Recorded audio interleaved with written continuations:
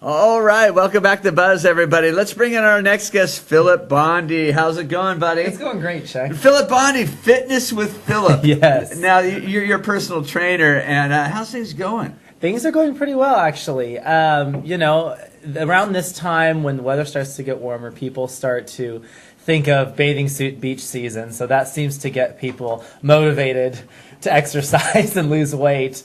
But it's interesting because I always tell people, if you want to be thin for summertime, you need to start in the wintertime. Right. Start ahead of time, plan ahead, because otherwise you're working a lot harder in April, May to look good for June. Well, you know, it's hard because you're coming out of the holidays, right? Where you tend to overeat, and the foods that you eat are real rich. Yeah. And you know, well, the average American gains between the October 31st and November 1st gains like 11 pounds. October 1st and January 1st. October 31st. So to January 1st, so that holiday season, they tend to gain about 11 pounds. Wow. On average, yeah. Wow. Which is crazy. That's not a lot of time.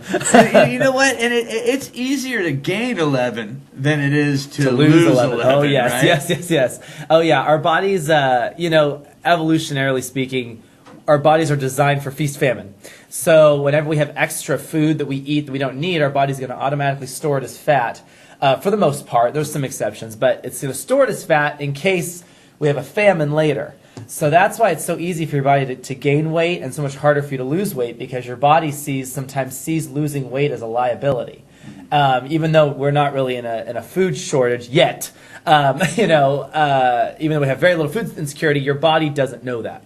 You know, I heard yesterday, and it was probably on Facebook or something, but somebody said that it takes 1 gallon of water to grow 1 almond.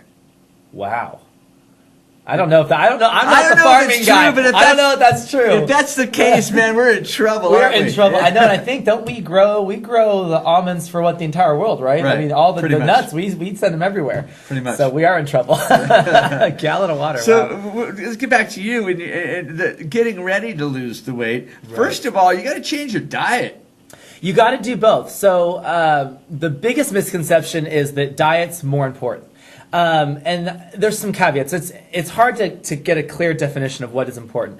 With diet, yes, it's a little bit easier to get weight off with diet, because you would have to exercise so much to lose a pound just from exercise that you'd probably run yourself sick. It's about 3,500 calories per pound of fat. So that'd be 500 calories a day of exercise 7 days a week. Most people can't sustain that. So it's a little easier to do it with the diet. The problem with just diet, though, is that your body goes through changes psychologically and physiologically that actually can make it harder for you to keep up that lifestyle. So the exercise, because it causes an endorphin rush, it's good for your hormones, it's good for your skin, all that kind of stuff, good for your brain. Because that happens, that will prevent some of those other physiological changes from happening, and it will help you keep the weight off longer than if you just do diet alone. So really it is a two-step process. And I find that in my experience, when people start exercising and they do it for a while consistently, they find it easier to eat healthier.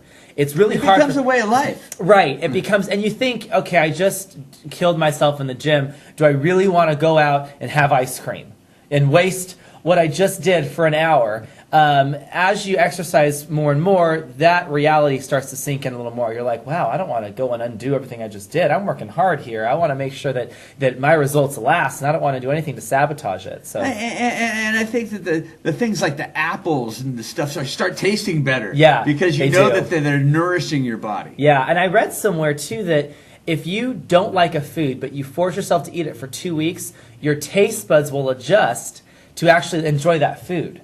So, like for instance, I was never a vegetable eater growing up, and I'm still not the biggest vegetable eater, but I do eat them. And I started to just put them in eggs and meat and stuff that you didn't really taste. You gotta hide them. Yeah, you didn't really taste it. But I am now finding myself able to enjoy the taste of vegetables a little bit more, and I'm more willing to try different kinds of vegetables and herbs and stuff in my cooking that I would never have even eaten before, because I just kind of forced myself to do it. And even though I was hiding it and I wasn't really tasting it, your taste buds do adapt. Philip, man, we've been talking about food and stuff. Let's talk about what you do inside your studio. Yeah, so in the gym, I'm a big proponent of weightlifting. I know I look skinny, but I'm stronger than I look. How much you bench? People, I can bench on a 1 rep max. The highest I've gotten was 195. But for me, as someone as light as I am, as skinny as I am, I think that's pretty good. What do you weigh? I weigh about 165. Not so bad. not too bad. And the curls? Curls, I curl 45. How many times? I do between 8 and 12 reps, three rounds. If that's not enough to make you call this guy right now, I don't know what is right there. 165 pounds, benching 30 pounds more than your weight. Right, and then the squat, highest squat I've ever done was 245, unspotted. I did it just by myself.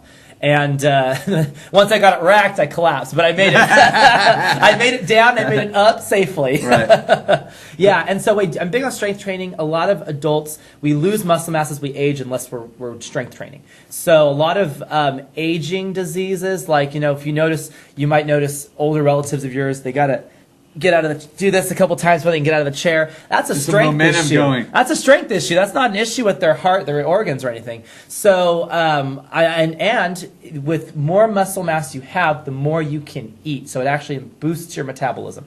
But we do cardio, but I do what's called interval training. So we're not sitting on the treadmill for 30 minutes doing cardio. We're interspersing short bouts of plyometric exercises in between our weightlifting because it saves time.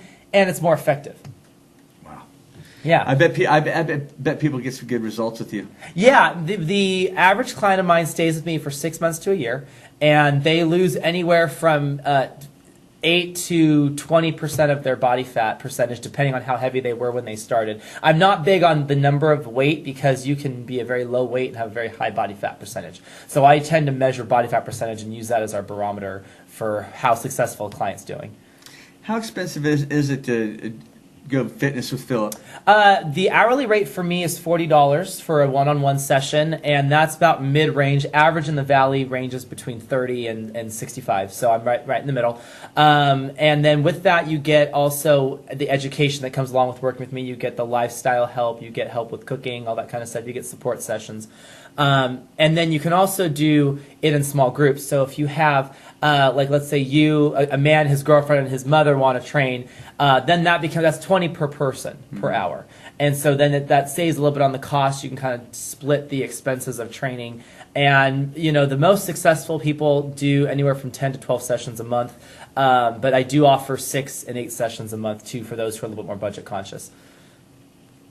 You know what? I always like having you on. You always get me fired up about. Man, I know how to eat good, and I'm a pretty active guy. Mm-hmm. So for those of you guys out there that aren't as active, that aren't as eating as well, shoot me a call. Yeah, what's the phone number, Phil? 559-313-2037. You can also check out my website, which is www.bfitfresno.com. That's the letter B, fitfresno.com.